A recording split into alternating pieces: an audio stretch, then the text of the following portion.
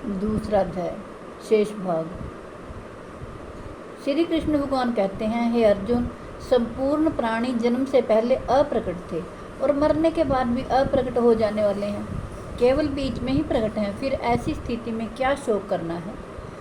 कोई एक महापुरुष ही इस आत्मा को आश्चर्य की भांति देखता है और वैसे ही दूसरा कोई महापुरुष ही इसके तत्व का आश्चर्य की भांति वर्णन करता है, तथा दूसरा कोई अधिकारी पुरुष ही इसे आश्चर्य की भांति सुनता है और कोई कोई तो सुनकर भी इसको नहीं जानता।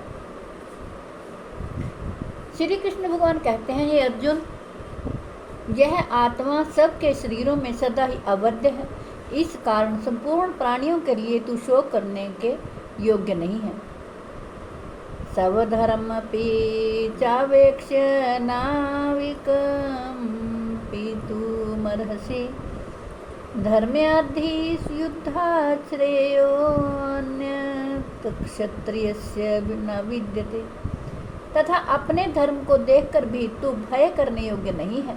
क्यों? अर्थात तुझे भय नहीं करना चाहिए, क्योंकि क्षत्रिय के लिए धर्मयुक्त युद्ध से बढ़कर दूसरा कोई कल्याणकारी कर्तव्य नहीं है। यदृच्छया चोपपन्नं स्वर्गद्वारं पावृतं सुखिनः क्षत्रियः पार्थ लभन्ते बुद्धमीदृशम्। अथ चेतमिमं धर्म्यं संग्राम न करिष्यसि ततः स्वधर्म कीर्ति च हित्वा पापम वापस्यसि। हे पार्थ, अपने आप प्राप्त हुए और खुले हुए स्वर्ग के द्वार रूप इस प्रकार के युद्ध को भाग्यवान क्षत्रिय लोग ही पाते हैं, किंतु यदि तू इस धर्मयुक्त युद्ध को नहीं करेगा तो सब धर्म और कीर्ति को खोकर पाप को प्राप्त होगा। अकीर्ति चापि भूतानि कथिष्यन्ति ते अव्ययाम् संभावितस्य च कीर्तिर्मरणादरितस्तिच्यते। तथा सब लोग तेरी बहुत काल तक रहने वाली अपकीर्ति का भी कथन करेंगे और माननीय पुरुष के लिए अपकीर्ति मरण से भी बढ़कर है।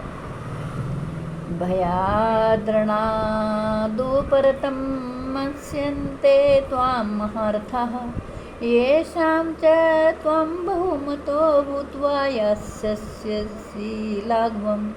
और जिनकी दृष्टि में तू पहले बहुत सम्मानित होकर अब लघुता को प्राप्त होगा, वे महारथी लोग तुझे भय के कारण युद्ध से हटा हुआ मानेंगे।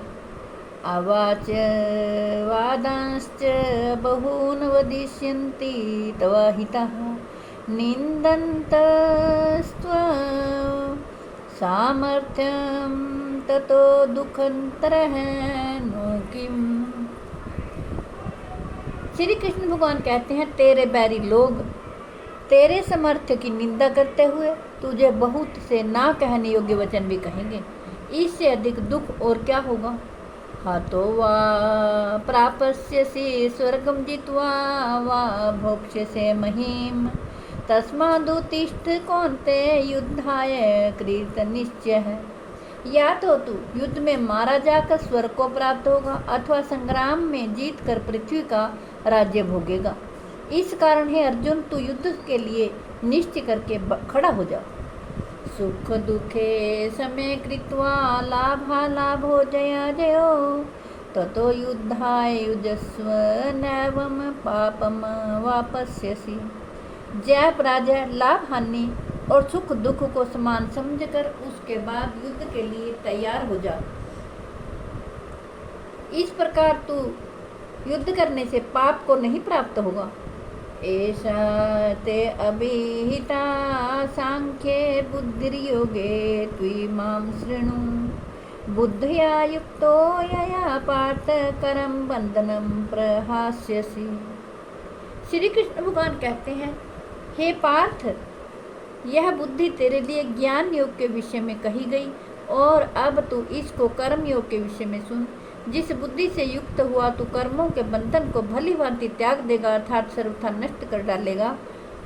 इस कर्मयोग में आरंभ का अर्थात बीज का नाश नहीं है और उल्टा फल रूप दोष भी नहीं है, बल्कि इस कर्मयोग रूप धर्म का थोड़ा सा भी साधन जन्म मृत्यु रूप महान भय से रक्षा कर लेता है।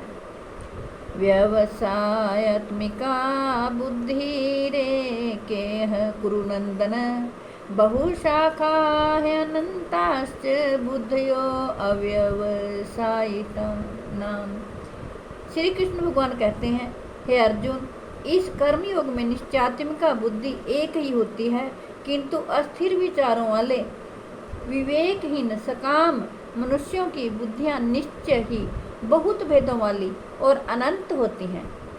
यामिमां पुष्पितां वाचम प्रवदन्त्य विपरीतस्तः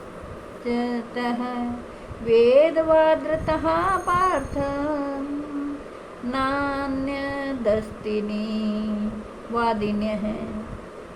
कामात्मानः स्वर्गपरा जन्म कर्म फलप्रदम्, क्रिया विशेष बहुलां भोगैश्वर्य गतिं प्रति भोगैश्वर्य प्रसक्तानां तया बृहत् चेतसां व्यवसायत्मिका बुद्धि समाधो न विधीयते।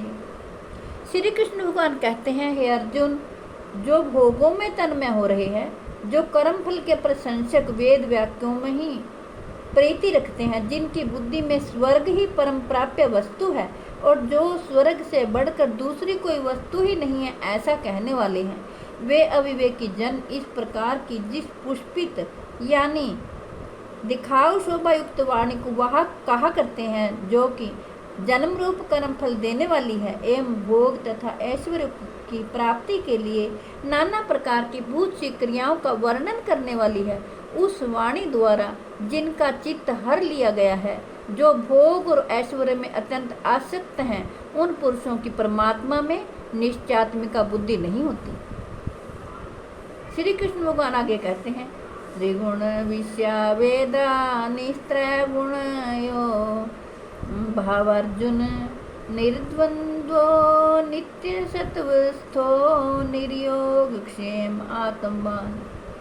हे अर्जुन, वेद उपयुक्त प्रकार से तीनों गुणों के कार्य रूप समस्त भोगों एवं उनके साधनों का प्रतिपादन करने वाले हैं, इसलिए तू उन भोगों एवं उनके साधनों में आसक्तिहीन, हर्ष शोक आदि द्वंद्वों से रहित, नित्य वस्तु परमात्मा में स्थित, योग क्षेम को ना चाहने वाला और स्वाधीन अंतःकरण वाला हो। जय हो श्री कृष्ण।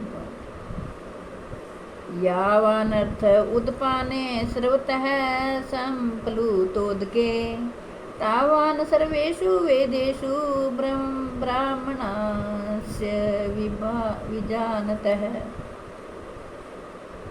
श्री कृष्ण भगवान कहते हैं, सब ओर से परिपूर्ण जलाशय के प्राप्त हो जाने पर छोटे जलाशय में मनुष्य का जितना प्रयोजन रहता है, ब्रह्म को तत्व से जानने वाले ब्राह्मण का समस्त वेदों में उतना ही प्रयोजन रह जाता है।